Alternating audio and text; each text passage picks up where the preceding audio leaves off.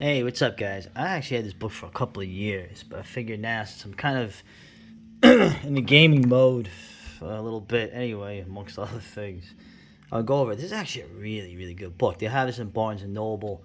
I think there's a sequel to this book already, but I mean, for my purposes, I'm only going to a certain level. I mean, by the mid '90s, I'm kind of done with this stuff, and the games I prefer to play are the older games. There's a project the guy did. He was a photographer. Actually did a Kickstarter to get a lot of these units to then also take them apart and show the insides. Look at that, transistors and all these crazy things that I don't know anything about. I wish I did, but so the big thing with these video game people is the generations, right? First generation, okay. So pretty much I go up to like the third or maybe the fourth generation here, but I'll just right, the '70s. Well, the first game, right, Space War. It was like the first game. It was like it was in a computer somewhere. I think in what is it, in MIT? Yeah, they actually had a game there for all the computer nerds to play. Right, it didn't hit the mainstream until 1972. I wasn't even around yet. The Magnavox Odyssey, right, and the arcade hit Pong, right? They had arcades, they had all kinds of arcade games, but the video part wasn't really, wasn't there. A lot of them were like moving things, like slides underneath or little lights that would get activated. But Pong, man, Pong was huge. I remember Pong. I remember people having that in their homes. Pong, you know. But let's just go through them. The Magnavox Odyssey, 1972. This thing. There's actually a channel I'll link to. I think it's at some college. I think it's Pittsburgh, Pitt, and they're going over this stuff where they're actually making new games and playing the old games of this very primitive system. Essentially, Pong comes out of this. Right? So you go here inside the Odyssey, right? It's not even there's not a single integrated circuit. It's just like a thing here where they had cards, right, that you would put in, and the cards where they didn't have any game data, right? They simply rewired the consoles for different game types and plugged in. So it's literally to play these games, you had to put these on your TV, right? These overlays, and the light would move around, like little light dots would move around, and you had like a tennis game, which would later become Pong. But you had all kinds of stuff. I'll link, like I said, that channel shows some of the old games. I think Ramsey Paul actually was playing what are these?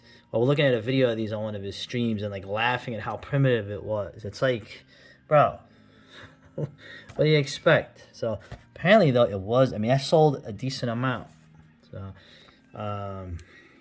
there's a haunted house game in this, but interesting, very interesting. 72. The idea of making a home computer game was there. Now Pong, right? The consoles come out around like 75. I remember some people having these. Okay, you're laughing, right? All it is this, but this was huge. Right?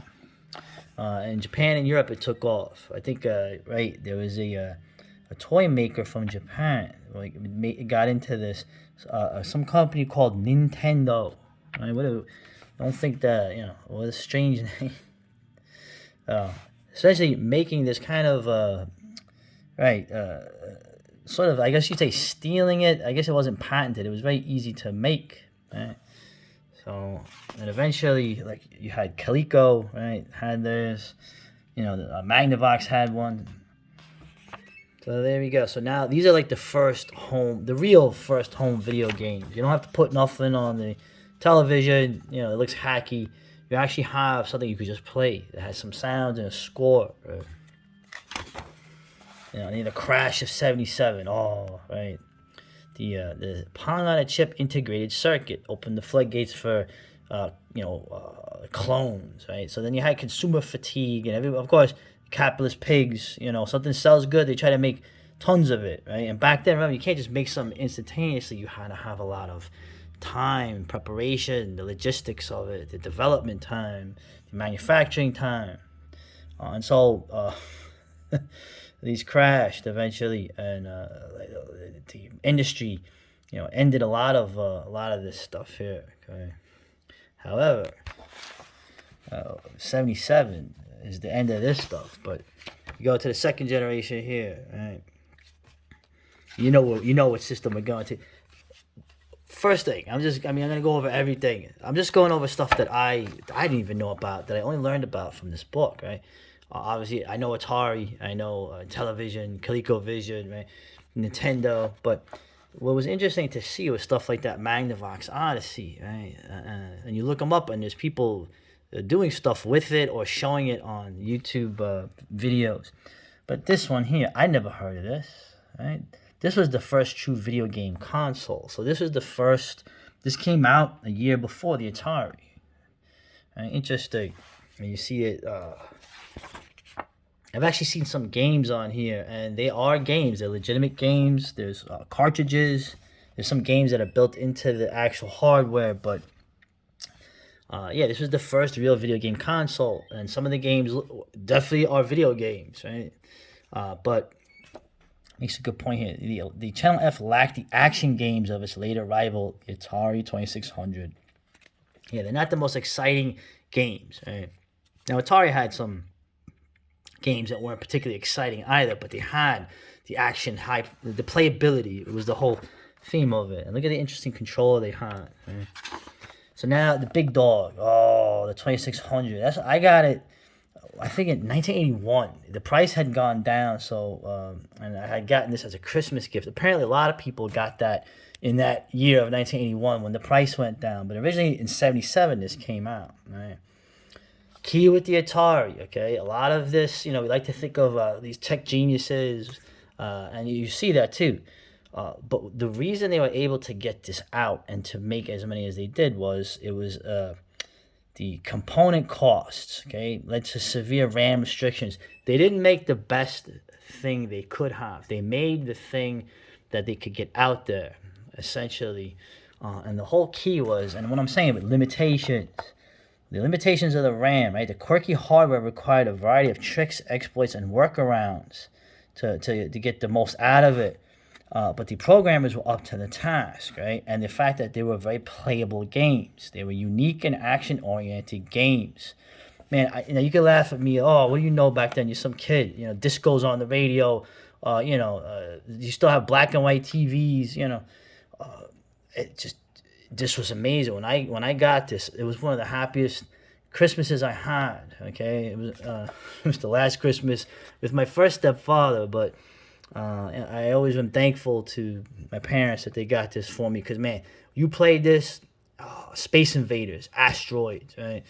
Which are arcade games. Okay? Atari was the first port, as they call them, where they made a version for the home that was what they had in the arcade. Now, obviously, much more primitive. And what's funny, too, is looking at this. So you get the wood finish, right? Right, just look at it. It's really not a lot. Like half this thing is just the plastic and the buttons, and the actual thing is very, very not very developed.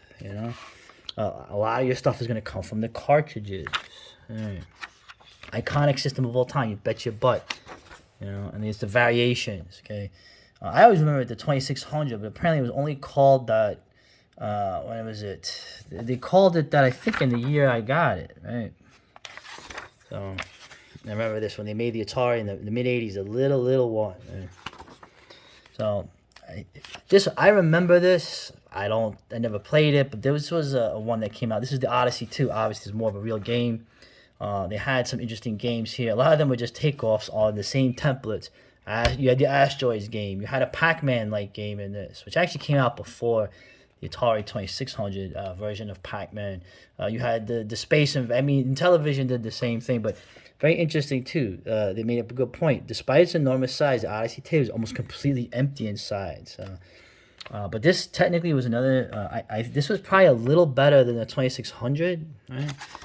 And then this one, I remember the people who had this. I remember were adults in New Jersey. I remember them in 1980 in television. Okay, it was more expensive. Right? The Intellivision was created, acted as a sophisticated and more expansive alternative to the Atari 2600. I remember the commercial with that British guy saying, "Oh, look how much better this is than Atari." And I remember getting defensive. Seeing that, I was already like, like a little feisty kid. Like, oh, no, it's not. You get mad. Who's this British guy saying that this is better than what I have? But you know how it goes. And there were some really good games on this, man. I already played. I have an Intellivision plug and play. I'm gonna do some more of those as well. And interesting, you see, like they don't have a joystick; they have like a disc. Okay, this is kind of almost what most controllers are gonna become. It's like the proto Nintendo controller, but Intellivision was definitely more advanced. So, but going through here, of course, the Commodore 64 was a computer. We didn't have that. That was for the older kids. I remember this in a magazine. The Vectrex, the vector graphics, like the first Star Wars arcade game. How awesome was that? But the original Asteroids, Tempest, was this sort of thing. But and you actually got a tube here. Very interesting. But as you can see, right, this thing came out on the eve of the 1983 video game crash. Capitalism. I'm being objective about it, right? There's too much product and not enough demand, right? So, but it was interesting. I can imagine how much these things cost on the market. ColecoVision, this was the big dog. This came out in '82, right? The graphics were far beyond the 2600 and even the Intellivision, and you had the Donkey Kong on this looked almost like the one in the arcade, and that was the big thing. I mean, the Atari 2600. I know everyone they said they hated the Pac-Man game version, but it was fine. It was a limited system. Okay, you couldn't. The Activision guys actually pushed it to the limit. The third-party developers. In fact, those guys were the first third-party game developers, which is what probably kept Atari going. Okay, but the ColecoVision, man, like I said, the graphics on this were a lot better. They were using this processor, this Zilog 780, which was going to be used by companies in Japan. Right? That's just Coleco went out of business in '88. All right, but this came out just before. But this was probably the best system of this second generation, as they say. I remember they did make this, but it was already getting, like I say, the Atari was in shambles. It's amazing how much money they make, but then you remember that money has to go back into development, or that capital gets put back into their product. They used to do that, right? They didn't have to inflate everything, but the winds and tides of the economics of it. They actually they have some of the earlier ones here where you had like the laser light game. That's an old video game system. Now, to round it out, because this video is getting too long, I just thought the other systems that I never heard of. Okay, like I never heard of that F6 one that was the first game console. I never heard of this either. Bally Professional Arcade. Right? Didn't sell too well, but they only released 28 games. Well, that's a lot. That's a lot of games, Apparently, this one offered, there was a basic program on that where a small dedicated fan community of programmers created and traded their own games on this. Interesting. So you could probably look at all into this stuff on the internet. So here's one. I never even heard of this one either. Never heard of this. Apparently, this one was in Germany, Deutschland, right? So for some reason, I don't know. There's something about video games that would appeal to the Germans, but at the same time, I could see where it would probably be difficult. The Philips lines of chips. Philips. Anyway, I don't remember this. Real quick, I'm going to do a part 2 of this because, hey, why not? These I remember. This is the first time you see Nintendo. These things, you remember these things. They weren't that expensive. They were bootleg ones of these in Chinatown. And this was Nintendo, okay? They had Donkey Kong, but they had other games too. Like these, it was liquid crystal displays. Literally the most primitive video games I could think of, but not that expensive, okay? And they made 50 of these. Nintendo made their fortune or their startup with this, right? Over a 10-year period. And look at the controllers. This is going to become the controller standard of the future. And Nintendo had done it on these games, these little games. I remember some of these had solar panels on them too. I remember the haunted house one. And these are very interesting. A cul-de-sac, but I remember these as much as the Atari. Anyway, part 2 coming.